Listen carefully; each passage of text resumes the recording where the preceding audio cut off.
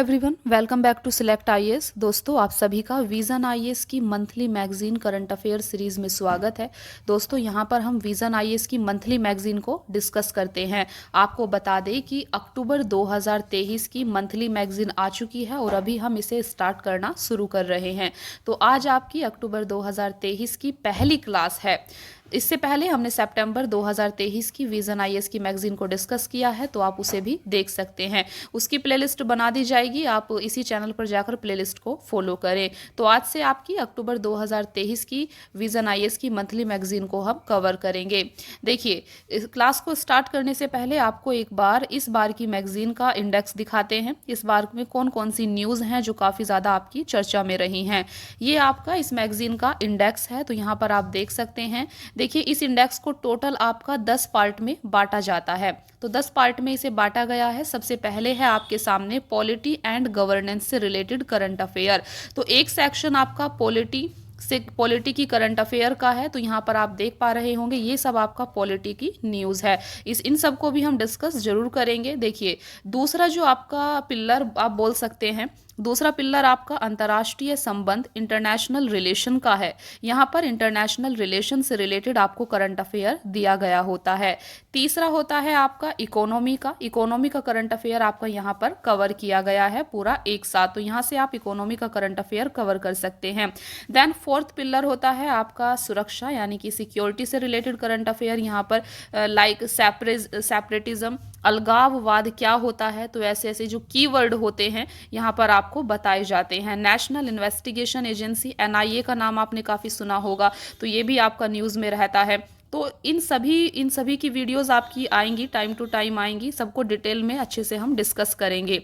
Fifth pillar है आपका environment, पर्यावरण का। यहाँ पर पर्यावरण से रिलेटेड करंट अफेयर आपका कवर हो जाता है। तो अगर आप रेगुलर कंटिन्यू इस मंथली मैगजीन को फॉलो करते हैं तो आपका करंट अफेयर काफ़ी अच्छे से कवर हो जाएगा। लेकिन आपको कंटिन्यू इसे फॉलो करना होगा और अच्छे से फॉलो करना होगा। एनवायरनमेंट का करंट अफेयर काफ़ी इंपॉर्टेंट होता है। यहाँ से यूपीएससी, यूपीपीसीएस लगभग हर एग्जाम में काफ़ी ज़्यादा क्वेश्चंस पूछे जाते हैं। इसीलिए आपको एनवायरनमेंट के करंट अफेयर पर विशेष रूप से ध्यान रखना है। और काफ़ी सारी न्यूज़ हैं इस बार, जिसे हम आपको आने वाली क्लासेस में बताएंगे।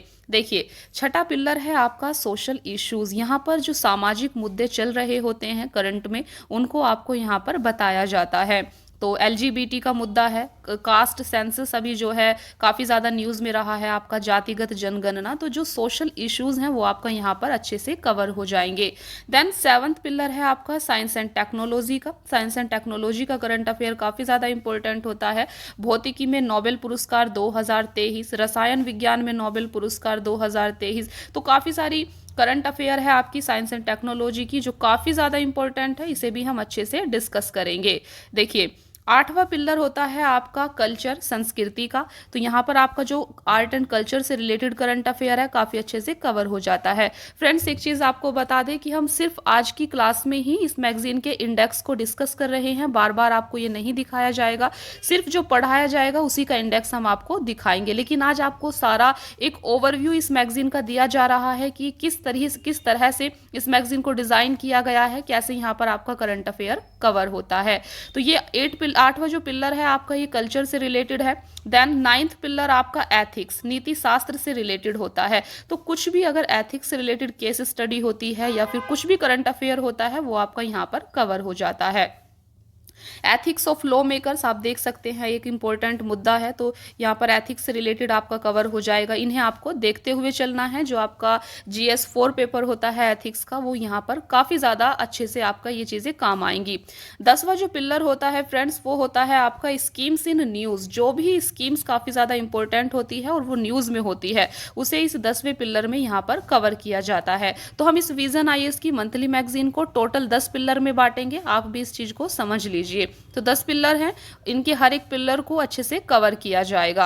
आपकी पॉलिटी, इकोनॉमी, एनवायरनमेंट सभी से रिलेटेड यहाँ पर आपका करंट अफेयर काफ़ी अच्छे से कवर हो जाएगा। तो चलिए आपको बताते हैं कि आज की वीडियो में हम क्या पढ़ने वाले हैं। देखिए, जैसा कि आपको बताया, सबसे पहले आपका पॉलिटी का था और दूसरे नंबर का जो आपका पिलर है ये इंटरनेशनल रिलेशन से रिलेटेड करंट अफेयर यहाँ पर आपका दिया गया है। तो सबसे पहले हम अंतर्राष्ट्रीय संबंध से रिलेटेड करंट अफेयर को कवर करेंगे और सबसे पहला टॉपिक यहाँ पर आपका दिया गया है इजराइल हमास युद्ध। ये काफ़ी ज़्यादा हॉट टॉपिक है जो अभी करंट में बना हुआ है, काफ़ी टाइम से बना हुआ है ये इजराइल हमास युद्ध, आपने भी सुना होगा। तो आज की वीडियो में इजराइल हमास युद्ध को हम काफ़ी डिटेल में समझने वाले हैं। क्या इसका हिस्ट्री है, इजराइल हमास के बीच में आखिर क्या चीज़ें हैं जो यहाँ पर युद्ध, गाजा पट्टी क्या है, तो काफ़ी सारी चीज़ें हैं। आज इसे हम डिटेल में डिस्कस करेंगे, आपको वीडियो को पूरा देखना है। चलिए फिर स्टार्ट करते हैं आज की क्लास। देखिए, यहाँ से आपका इंटरनेशनल रिलेशन से रिलेटेड करंट अफेयर स्टार्ट हो जाता है। उसमें सबसे पहली न्यूज़ है इजराइल हमास युद्ध। चलिए सबसे पहले देखिए, इजराइल हमास युद्ध की जो कहानी है उसे हम शुरू से शुरू करेंगे, कहाँ से चीज़ें स्टार्ट हुई हैं, कहाँ से इनके बीच में युद्ध शुरू हुआ था। तो सबसे पहले समझते हैं इजराइल हमास युद्ध आपका न्यूज़ में क्यों है। देखिए, 7 अक्टूबर को हमास के लड़ाकों ने ऑपरेशन तूफान अल अक्सा के तहत इजराइल पर अचानक एक बड़ा हमला कर दिया था। तो आपने यहाँ पर देखा, सबसे पहले हमला किसने किया है, हमास के लड़ाकों ने इजराइल पर हमला कर दिया था। और कौन सा ऑपरेशन इसे नाम दिया गया है, ऑपरेशन तूफान अल अक्सा। ये चीज़ भी आप नोट डाउन करेंगे। तो आपने देखा कि 7 अक्टूबर से ये कहानी शुरू होती है। 7 अक्टूबर को हमास के लड़ाकों ने ऑपरेशन अल अक्सा, ऑपरेशन तूफान अल अक्सा के तहत इजराइल पर अचानक एक बड़ा हमला कर दिया था। इजराइल ने इस हमले के प्रतिशोध में हमास के खिलाफ युद्ध की घोषणा कर दी। देन इजराइल ने हमास के खिलाफ युद्ध की घोषणा की, तो आप यहाँ पर देख सकते हैं। चलिए कुछ अन्य संबंधित तथ्य और इस न्यूज़ को डिटेल में समझते हैं। ऑपरेशन तूफान, तो ऑपरेशन तूफान अल अक्सा को आपको ज़रूर याद रखना है, आपसे यहाँ से क्वेश्चन पूछा जा सकता है। ऑपरेशन तूफान अल अक्सा यहूदियों के पवित्र दिन सब्त के दिन शुरू किया गया था। सब्त यहूदियों का उपासना और अवकाश का दिन होता है। इसके अलावा हमास ने मात्र 20 मिनट में इजराइल पर 5000 रॉकेट दागे थे। इसके कारण इजराइल का आयरन डोम नामक वायु रक्षा प्रणाली इन हमलों को पूरी तरह से रोक नहीं पाया था। तो आपने यहाँ पर देखा कि हमास ने मात्र 20 मिनट में इजराइल पर 5000 रॉकेट दागे थे, जिससे इजराइल अपनी सुरक्षा नहीं कर पाया था। इसके अलावा हवाई हमलों से बचने के लिए इजराइल ने 2011 में आयरन डोम का विकास किया था। यह सॉल्ट रेंज की वायु रक्षा प्रणाली है। तो आयरन डोम क्या है, आयरन डोम के बारे में आपको याद रखना है कि यह इजराइल की सॉल्ट रेंज वायु रक्षा प्रणाली है। तो यह इजराइल की रक्षा नहीं कर पाया क्योंकि हमास ने मात्र 20 मिनट में 5000 रॉकेट इजराइल के ऊपर दाग दिए थे और अचानक हमला किया था। आयरन डोम इजराइल की सबसे उन्नत व कम दूरी की तथा जमीन से हवा में मार करने वाली वायु रक्षा प्रणाली है। तो ये काफी इंपॉर्टेंट टर्मिनोलॉजी है आपके सामने, आयरन डोम, इसे आपको याद रखना है। आयरन डोम क्या है, यह इजराइल की सबसे उन्नत व कम दूरी की तथा जमीन से हवा में मार करने वाली वायु रक्षा प्रणाली है। इस प्रणाली में शामिल है एक डिटेक्शन और ट्रैकिंग रडार, एक युद्ध प्रबंधन व हथियार नियंत्रण प्रणाली तथा तामीर इंटरसेप्टर मिसाइलें। तो ये इस प्रणाली के अंदर शामिल है। यह 70 किलोमीटर की रेंज में आने वाले किसी भी रॉकेट, मिसाइल या मानव रहित हवाई वाहन को ट्रैक कर नष्ट कर सकती है। तो ये इसकी क्षमता है। इजराइल ने अपने ऊपर हमले के जवाब में गाजा पट्टी में हमास के लड़ाकों के खिलाफ ऑपरेशन आयरन स्वाडर्स शुरू किया। ये आपके लिए काफी ज्यादा इंपॉर्टेंट हो जाता है, आपको याद रखना है। इजराइल ने अपने ऊपर हुए हमले के जवाब में गाजा पट्टी में कौन सा ऑपरेशन शुरू किया, तो ऑपरेशन आयरन स्वाडर्स। हमास के लड़ाकों के खिलाफ ऑपरेशन आयरन स्वाडर्स इजराइल के द्वारा शुरू किया गया। इस युद्ध के बीच भारत ने इजराइल में फंसे अपने नागरिकों को सुरक्षित निकालने के लिए ऑपरेशन अजय संचालित किया। तो यहाँ पर आपको ऑपरेशन अजय के बारे में याद रखना है। यह भारत के द्वारा चलाया गया, कहां पर चलाया गया, इजराइल में फंसे अपने नागरिकों को सुरक्षित निकालने के लिए ऑपरेशन अजय। तो यहाँ तक आपने काफ़ी इंपॉर्टेंट चीज़ों को देखा है, काफ़ी सारे पॉइंट्स थे जो आपको याद रखने चाहिए और आपकी एक समझ विकसित हो गई होगी इजराइल हमास युद्ध को लेकर कि आखिर ये युद्ध क्या हुआ, क्यों हुआ, इसकी कहानी क्या थी। तो काफ़ी कुछ आपको समझ में आ गया होगा। चलिए अभी आगे बढ़ते हैं। अभी थोड़ा हमास के बारे में समझते हैं, आखिर ये हमास है क्या। इजराइल हमास युद्ध की बात कर रहे हैं, तो चलिए हमास को समझते हैं। हमास क्या है। हमास या इस्लामिक रेजिस्टेंट मूवमेंट की स्थापना 1987 में हुई थी। तो आप देख सकते हैं कि हमास की स्थापना कब हुई थी। 1987 में हमास की स्थापना हुई थी। यह गाजा, वेस्ट बैंक और पूर्वी यरूशलेम पर इजराइल के कब्जे का विरोध करने के लिए शुरू हुए पहले फिलिस्तीनी विद्रोह के परिणाम स्वरूप शुरू हुआ था। तो आपको पता ही है इजराइल और फिलिस्तीन के युद्ध के बारे में। तो यहाँ पर आप देख सकते हैं हमास की स्थापना 1987 में हुई। क्यों हुई थी? क्योंकि गाजा, वेस्ट बैंक और पूर्वी यरूशलेम पर इजराइल का कब्जा है। तो इजराइल के कब्जे का विरोध करने के लिए फिलिस्तीनी विद्रोह के परिणाम स्वरूप हमास की स्थापना हुई थी 1987 में। 2005 में इजराइल सैन्य व असैन्य दोनों स्तरों पर गाजा से बाहर निकल गया था। इजराइल के हटने के तुरंत बाद हमास गाजा में वास्तविक प्रतिनिधि या प्राधिकरण बन गया था। तो आप देख सकते हैं कि 2005 में इजराइल सैन्य और असैन्य दोनों स्तरों पर गाजा से बाहर निकल गया था। देन वहां पर हमास ने अपना कब्जा कर लिया था। देखिए, हमास इजराइल को मान्यता नहीं देता है। यह संगठन इजराइल के खिलाफ सशस्त्र प्रतिरोध और इजराइल के स्थान पर एक इस्लामी फिलिस्तीनी राष्ट्र के निर्माण के लिए प्रतिबद्ध है। तो यहाँ पर आप देख सकते हैं कि हमास इजराइल को मान्यता नहीं देता है और यह इजराइल के खिलाफ हमेशा सशस्त्र प्रतिरोध करता रहता है और इजराइल के स्थान पर एक इस्लामी फिलिस्तीनी राष्ट्र के निर्माण के लिए प्रतिबद्ध है।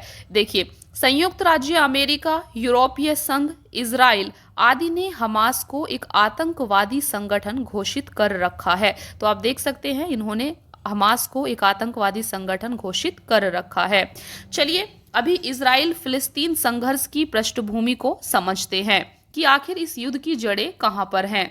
देखिए, वर्तमान में जारी युद्ध के मूल कारण 75 साल पहले इजराइल राष्ट्र की स्थापना से पहले से मौजूद हैं। तो आप देख सकते हैं वर्तमान में जो युद्ध जारी है इसकी मूल जड़ें कहां पर है। 75 साल पहले इजराइल राष्ट्र की स्थापना से पहले ही इसकी जड़ें मौजूद हैं। उल्लेखनीय है कि भूमि के जिस भाग पर इजराइल का निर्माण हुआ है, फिलिस्तीनी भी उसी भूमि पर अपनी मातृभूमि के रूप में दावा करते हैं। तो आप देख सकते हैं जिस भूमि पर इजराइल का निर्माण हुआ है, फिलिस्तीनी भी उसी भूमि पर अपनी मातृभूमि के रूप में दावा करते हैं, यानी कि वो उस भूमि को अपना मानते हैं। फिलिस्तीनी, अरब और इजरायली यहूदी, देखिए फिलिस्तीनी आपका अरब में आएगा, इजराइल में यहूदी, समान रूप से जॉर्डन नदी एवं भूमध्य सागर के बीच के क्षेत्र पर अपना अपना दावा करते हैं। तो आप देख सकते हैं यहाँ पर फिलिस्तीनी और इजरायली समान रूप से जॉर्डन नदी और भूमध्य सागर के बीच के क्षेत्र पर अपना अपना दावा करते हैं। इस संघर्ष का केंद्र बिंदु यरूशलेम शहर है। इस संघर्ष का केंद्र बिंदु कहां पर है? यरूशलेम शहर। आपने इसके बारे में जरूर सुना होगा। तो इस संघर्ष का केंद्र बिंदु यरूशलेम शहर है। यरूशलेम शहर 3 प्रमुख इब्राहिम धर्मों यहूदी, इस्लाम और ईसाई के लिए अत्यधिक महत्व रखता है। यरूशलेम शहर में मौजूद विवादित स्थल यहाँ पर आप देख सकते हैं। तो यरूशलेम शहर में मौजूद विवादित स्थल है, एक है आपका अल अक्सा मस्जिद, अल अक्सा मस्जिद, पश्चिमी दीवार, चर्च ऑफ दी होली सेपल्कर। तो अल अक्सा मस्जिद यह इस्लाम धर्म में तीसरा सबसे पवित्र स्थल माना जाता है। यह वह स्थान है जहां से पैगंबर मोहम्मद जन्नत गए थे।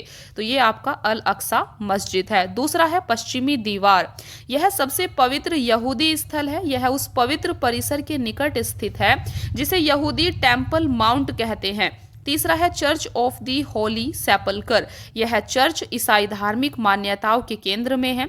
कई ईसाइयों का मानना है कि यह चर्च उस स्थान को इंगित करता है जहां यीशु को क्रूस पर चढ़ाया गया था, दफनाया गया था और वे पुनर्जीवित हुए थे। तो ये है आपकी चर्च ऑफ दी होली सेपल्कर। तो ये 3 विवादित स्थल हैं यरूशलेम शहर के अंदर, ये मौजूद हैं। ये चीज आपको ध्यान रखनी है। चलिए अभी इजराइल फिलिस्तीन संघर्ष के इतिहास को देखते हैं। सबसे पहले आपके सामने है ओटोमन या उस्मानिया साम्राज्य का काल। तो ये ओटोमन साम्राज्य का काल क्या था, देखिए। ओटोमन साम्राज्य के शासनकाल के दौरान इस क्षेत्र में अरब आबादी बहुसंख्यक और यहूदी आबादी अल्पसंख्यक थी। तो आपने यहाँ पर देखा कि ओटोमन साम्राज्य के काल में यहाँ पर अरब आबादी बहुसंख्यक थी और यहूदी अल्पसंख्यक थे। ओटोमन साम्राज्य के दौरान फिलिस्तीन में अल्पसंख्यक यहूदी समुदायों और बहुसंख्यक अरब समुदायों के बीच शुरुआती झड़पें होती रहती थी। तो छोटी मोटी झड़पें इन अरब और यहूदियों के बीच में होती रहती थी। देन प्रथम विश्व युद्ध के बाद क्या हुआ, अब प्रथम विश्व युद्ध के बाद का टाइम हम यहाँ पर देखेंगे। ओटोमन साम्राज्य के पतन के कारण संघर्ष और तेज हो गया। इसके लिए 1916 का साइक्स पिकोट समझौता तथा 1917 का बाल्फोर घोषणा पत्र दोनों उत्तरदायी हैं। साइक्स पिकोट समझौता के तहत फिलिस्तीन ब्रिटेन का मैंडेट ब्रिटिश नियंत्रण वाला एक क्षेत्र बन गया था। साइक्स पिकोट समझौता, इस समझौते के बाद जॉर्डन नदी के दोनों किनारों पर स्थित फिलिस्तीनी क्षेत्र पर ब्रिटेन का नियंत्रण हो गया था। नेक्स्ट है बाल्फोर घोषणा पत्र 1917।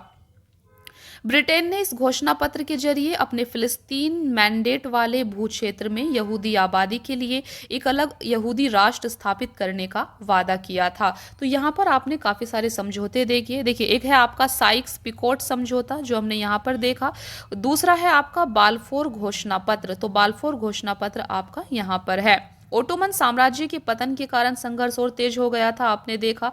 देन इसके लिए 1916 का साइक्स पिकोट समझौता है और 1917 का आपका बाल्फोर घोषणा पत्र दोनों उत्तरदायी थे।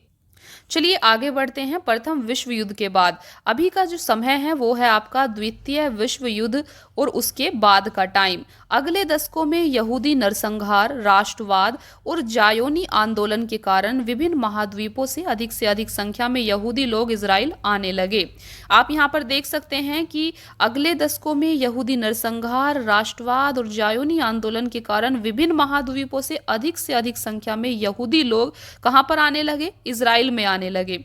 इससे चलते इस क्षेत्र की जनसांख्यिकी में काफी बदलाव आया और दोनों समुदायों के बीच संघर्ष तेज हो गया। तो ये द्वितीय विश्व युद्ध और उसके बाद का समय था। आगे बढ़ते हैं।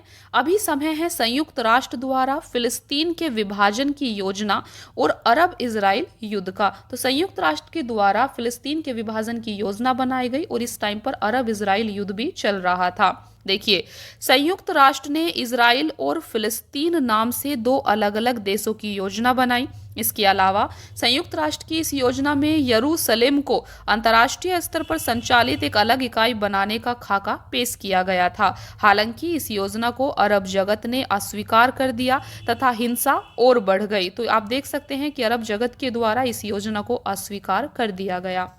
मई 1948 में ब्रिटेन ने फिलिस्तीन पर अपने मैंडेट या नियंत्रण को समाप्त कर दिया और इसके बाद इजराइल ने अपनी स्वतंत्रता की घोषणा कर दी। इसके चलते अरब जगत के 5 देशों ने इजराइल पर तत्काल हमला कर दिया। अभी देखते हैं क्या इसके विनाशकारी परिणाम हुए। युद्ध में इजराइल की जीत और क्षेत्रीय विस्तार के कारण लाखों फिलिस्तीनी शरणार्थी बन गए। साथ ही एक राष्ट्र के रूप में फिलिस्तीन की स्थापना न होने के चलते अरब इजराइल संघर्ष के लिए मंच तैयार हो गया। तो इसका काफी विनाशकारी परिणाम हमारे सामने आया। चलिए आगे बढ़ते हैं। अभी बात करते हैं वर्तमान युद्ध के संभावित परिणाम की। तो आपने देखा काफी दिनों से इजराइल हमास का युद्ध चल रहा है। अभी इसकी कहानी हमने पूरी देखी काफी अच्छे से। हमास क्या है, इन कहाँ से इसकी जड़ें हैं, ये जो युद्ध चल रहा है इसकी जड़ें कहाँ पर विद्यमान है। तो काफी कुछ हमने अभी तक डिस्कस कर लिया है। अभी जो वर्तमान युद्ध आपका चल रहा है हम इसके संभावित परिणामों की चर्चा करेंगे कि वर्तमान युद्ध के संभावित परिणाम, संभावित प्रभाव क्या हो सकते हैं। सबसे पहला प्रभाव आप देख सकते हैं, फिलिस्तीन के मुद्दे का केंद्र में आना। अब्राहम समझौते पर हस्ताक्षर होने के साथ ही कई अरब देश तेजी से इजराइल के साथ संबंधों को सामान्य बनाने की दिशा में आगे बढ़ रहे थे। अब्राहम समझौता क्या है, इस पर आपकी अलग से एक वीडियो है, काफी इंपॉर्टेंट टॉपिक है ये भी, आपको इसे भी देख लेना है। देखिए, ऐसा देखा गया कि अरब इजराइल संबंधों में सुधार होने के कारण फिलिस्तीन का मुद्दा गौण होता जा रहा है। देखिए, तो जो वर्तमान युद्ध चल रहा है, इसके कारण फिलिस्तीन का मुद्दा फिर से केंद्र में आ गया है, क्योंकि अब्राहम समझौते के बाद क्या हुआ था, कई अरब देशों ने तेजी से इजराइल के साथ अपने संबंधों को सामान्य बना लिया और अरब इजराइल संबंधों में सुधार होने के कारण फिलिस्तीन का मुद्दा क्या हो गया था, गौण होता जा रहा था। हालांकि संघर्ष ने इस तथ्य की पुष्टि की है कि मध्य पूर्व के क्षेत्र में शांति और स्थिरता सुनिश्चित करने के लिए फिलिस्तीन के मुद्दे का समाधान करना अति आवश्यक है। तो ये है आपका पहला प्रभाव। दूसरा प्रभाव क्या पड़ेगा? दूसरा प्रभाव इजराइल फिलिस्तीन संबंध। देखिए, शांति वार्ता। मौजूदा संघर्ष अनजाने में हमास की स्थिति को मजबूत कर सकता है और वेस्ट बैंक में फिलिस्तीनी अथॉरिटी की स्थिति को कमजोर कर सकता है। इससे इजराइल और फिलिस्तीन के बीच शांति वार्ता पर नकारात्मक प्रभाव पड़ सकता है। गाजा में इजराइल की भागीदारी। 2005 में इजरायलियों ने एक डिसएंगेजमेंट प्लान के अनुसार स्वेच्छा से गाजा छोड़ने का फैसला किया था। हालांकि अब इजरायली प्रधानमंत्री ने कहा है कि गाजा में इजराइल की भूमिका अनिश्चित काल तक समग्र सुरक्षा प्रदाता के रूप में बनी रहेगी। तीसरा प्रभाव क्या हो सकता है? तीसरा प्रभाव है क्षेत्रीय अस्थिरता को लेकर। सऊदी अरब ने इजराइल के साथ संबंधों को सामान्य बनाने पर होने वाली वार्ता को संभवतः निलंबित कर दिया है। बहरीन ने भी इजराइल से अपने राजदूत को वापस बुला लिया है, जबकि बोलीविया ने आधिकारिक तौर पर इजराइल के साथ अपने राजनयिक संबंध समाप्त कर दिए हैं। इसके अलावा इससे मिस्र, जॉर्डन और अरब देशों के साथ इजराइल के संबंधों में तनाव बढ़ गया है। यह युद्ध को जल्द से जल्द समाप्त करने तथा बंधकों एवं युद्ध बंदियों की रिहाई की संभावनाओं को प्रभावित कर सकता है। चौथा प्रभाव आपका आर्थिक क्षेत्र पर पड़ा है। देखिए, मौजूदा संघर्ष वैश्विक और क्षेत्रीय अर्थव्यवस्थाओं को प्रभावित कर सकता है। वैश्विक अर्थव्यवस्था पहले ही रूस यूक्रेन युद्ध आपने देखा था कितने दिनों तक ये चला है। तो वैश्विक अर्थव्यवस्था पहले ही रूस यूक्रेन युद्ध और महामारी से, कोविड-19 का कितना भारी प्रकोप आया था, रूस यूक्रेन युद्ध और महामारी से प्रेरित मुद्रास्फीति से जूझ रही है। महंगाई काफी ज्यादा इन कारणों से बढ़ जाती है। इसके अलावा वैश्विक कमोडिटी बाजार। यदि इजराइल हमास संघर्ष लंबे समय तक चलता है तो इसका असर तेल की कीमतों पर भी पड़ सकता है। इससे कमोडिटी बाजार में बाधाएं उत्पन्न हो सकती हैं। ऐसा इसलिए क्योंकि वैश्विक स्तर पर तेल उत्पादन में ओपेक देशों की लगभग 32% की हिस्सेदारी है। इसके अलावा व्यापार पर क्या प्रभाव पड़ा है? देखिए, युद्ध का असर सुएज नहर से होने वाले व्यापार पर भी पड़ सकता है। सुएज नहर एशिया और यूरोप के बीच एक प्रमुख समुद्री मार्ग है। मूल्य के हिसाब से इस नहर के जरिए वैश्विक व्यापार का लगभग 12% भाग पूरा होता है। इस संघर्ष के पूरे मध्य पूर्व में फैलने से होर्मुज जलडमरू मध्य के जरिए होने वाला व्यापार खतरे में पड़ सकता है। वैश्विक तेल व्यापार का लगभग 20% भाग होर्मुज जलडमरू मध्य के जरिए पूरा होता है। इसके अलावा संघर्ष में ईरान के शामिल होने से भू आबद्ध मध्य एशिया के साथ व्यापार बाधित हो सकता है। मध्य एशिया कृषि उत्पादों, कच्चे माल और खनिजों का एक प्रमुख उत्पादक क्षेत्र है। इसके अलावा उर्वरक आपूर्ति पर भी इसका प्रभाव पड़ेगा। गाजा के ठीक उत्तर में अवस्थित इजराइल का अस्दोद बंदरगाह पोटाश उर्वरक के निर्यात का एक प्रमुख केंद्र है। वैश्विक पोटाश की आपूर्ति का 3% इसी बंदरगाह के माध्यम से पूरा होता है। अतः युद्ध के प्रसार से गरीब देशों में खाद्य असुरक्षा बढ़ सकती है। ऐसा इसलिए क्योंकि पोटाश फसलों की वृद्धि के लिए बहुत महत्वपूर्ण उर्वरक होता है। इसके अलावा मानवीय संकट तो देखिए उत्पन्न कितना ज्यादा हो रहा है, कितने लोगों की जान गई है, तो आप देख सकते हैं। युद्ध के परिणाम स्वरूप कथित तौर पर मानव जीवन के समक्ष खतरा पैदा हो गया है। युद्ध से गाजा में पानी, बिजली, ईंधन, भोजन और चिकित्सा आपूर्ति प्रभावित हुई है। साथ ही बड़ी संख्या में मानवीय क्षति भी हुई है। तो मानवीय संकट ये एक महत्वपूर्ण यहाँ पर प्रभाव है, देख सकते हैं। यहाँ पर आप विगत वर्षों में इजराइल और फिलिस्तीन की बदलती सीमा देख सकते हैं। सबसे पहले आप देख सकते हैं 1947 में यूनाइटेड नेशन की ओर से पार्टीशन प्लान जब प्रस्तुत किया गया था तो तब इस प्रकार का कुछ था, ठीक है। उसके बाद 2020 के दशक में आप देख सकते हैं आपका इस प्रकार से है। ये गाजा पट्टी का एरिया आप यहाँ पर देख पा रहे होंगे। चलिए आगे बढ़ते हैं। अभी बात करते हैं इजराइल हमास संघर्ष का भारत पर क्या प्रभाव पड़ा है। अभी हमने ओवरऑल प्रभाव देखा था, लेकिन अभी हम सिर्फ भारत के संदर्भ में बात करेंगे कि इस संघर्ष का भारत पर क्या प्रभाव पड़ा है। तो सबसे पहले आर्थिकी पर देखते हैं, इकोनॉमी के क्षेत्र में क्या प्रभाव पड़ा है। देखिए, भारत से इजराइल को किया जाने वाला निर्यात प्रभावित हो सकता है, विशेषकर तब जब इजरायली बंदरगाहों पर परिचालन बाधित हो जाएगा। जिन क्षेत्रों पर सबसे ज्यादा नकारात्मक प्रभाव पड़ेगा उनमें petrochemicals, oil marketing, patents, packaging, कपड़ा, रसायन आदि शामिल हैं। इसके अलावा भू सामरिक, इजराइल और अरब देशों के बीच संबंधों के सामान्य होने से भारत को अपनी वैश्विक एवं आर्थिक स्थिति को मजबूत करने का अनूठा अवसर प्राप्त हुआ है। इस कारण भारत इस क्षेत्र में किसी भी तरह के संघर्ष का प्रबल विरोध करता है। तीसरा, कनेक्टिविटी संबंधी प्रयास। युद्ध ने भारत, मध्य पूर्व, यूरोप आर्थिक गलियारा परियोजना पर नकारात्मक प्रभाव डाला है। IMEC की घोषणा हाल ही में भारत, सऊदी अरब, अमेरिका और संयुक्त अरब अमीरात ने की थी। देखिए, इस गलियारे का उद्देश्य भारत, संयुक्त अरब अमीरात, सऊदी अरब, जॉर्डन, इजराइल और यूरोप के बीच वाणिज्य, ऊर्जा एवं डेटा के आवागमन को सुविधाजनक बनाना है। तो फ्रेंड्स, यहाँ पर आपने देखा इजराइल हमास संघर्ष का भारत पर क्या प्रभाव पड़ सकता है या पड़ा है। तो आर्थिकी के क्षेत्र में हमने देखा, भू सामरिक, जियोपॉलिटिक्स देखा, कनेक्टिविटी संबंधी प्रयास हमने देखे, इन सभी पर इस युद्ध का प्रभाव पड़ सकता है। चलिए अभी इजराइल फिलिस्तीन मुद्दे पर भारत के रुख की बात करते हैं कि भारत ने किस प्रकार से यहां पर डील किया है। देखिए, पश्चिम एशिया के साथ भारत के सामरिक हित जुड़े हुए हैं। भारत की ऊर्जा सुरक्षा हेतु यह क्षेत्र महत्वपूर्ण है।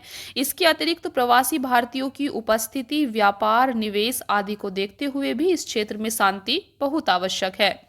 इसी आधार पर भारत 2 स्टेट समाधान का समर्थन करता है। तो भारत किस चीज का समर्थन करता है, आप देख सकते हैं 2 स्टेट समाधान का समर्थन करता है। आरंभ में भारत ने संयुक्त राष्ट्र में फिलिस्तीन के विभाजन की योजना और इजराइल के प्रवेश के खिलाफ मतदान किया था। भारत ने 1950 में औपचारिक रूप से इजराइल को मान्यता दी थी और 1992 में उसके साथ पूर्ण राजनयिक संबंध स्थापित किए थे। 2017 से भारत इजराइल और फिलिस्तीन दोनों के मामले में डी-हाइफनेशन नीति का पालन कर रहा है। तो यहाँ पर आप देख सकते हैं कि 2017 से भारत, इजराइल और फिलिस्तीन दोनों के मामले में डी-हाइफनेशन नीति का पालन कर रहा है। इस नीति के तहत भारत ने इजराइल और फिलिस्तीन दोनों के साथ अलग अलग स्वतंत्र संबंध स्थापित किए हैं। चलिए अभी निष्कर्ष की बात करते हैं, इस मुद्दे को लेकर क्या निष्कर्ष हो सकता है। देखिए, इजराइल और हमास के बीच मध्यस्थता संघर्ष के मूल कारणों का पूरी तरह से समाधान नहीं कर सकती है। तो आपने निष्कर्ष में देखा कि इजराइल और हमास के बीच मध्यस्थता संघर्ष के मूल कारणों का पूरी तरह से समाधान नहीं कर सकती है। फिलिस्तीनी शरणार्थियों और यरूशलेम की स्थिति जैसे मुद्दों का समाधान करना भी आवश्यक है। इजराइल और हमास के बीच शांति दोनों पक्षों की वार्ता में शामिल होने की इच्छा और बदलते क्षेत्रीय परिदृश्य के साथ साथ अंतर्राष्ट्रीय स्तर पर नेतृत्वकर्ताओं की भूमिका पर भी निर्भर करती है। तो ये आपका निष्कर्ष हो सकता है। तो दोस्तों, आज की वीडियो में हमने इजराइल हमास संघर्ष को काफी डिटेल में डिस्कस किया है। जो भी पॉइंट्स आपके लिए जानना जरूरी था उनको हमने यहाँ पर काफी अच्छे से डिस्कस किया है। आई होप कि आपको आज की वीडियो पसंद आई होगी। Thank you so much friends for watching the class. Keep watching, please like, share and subscribe. Thank you.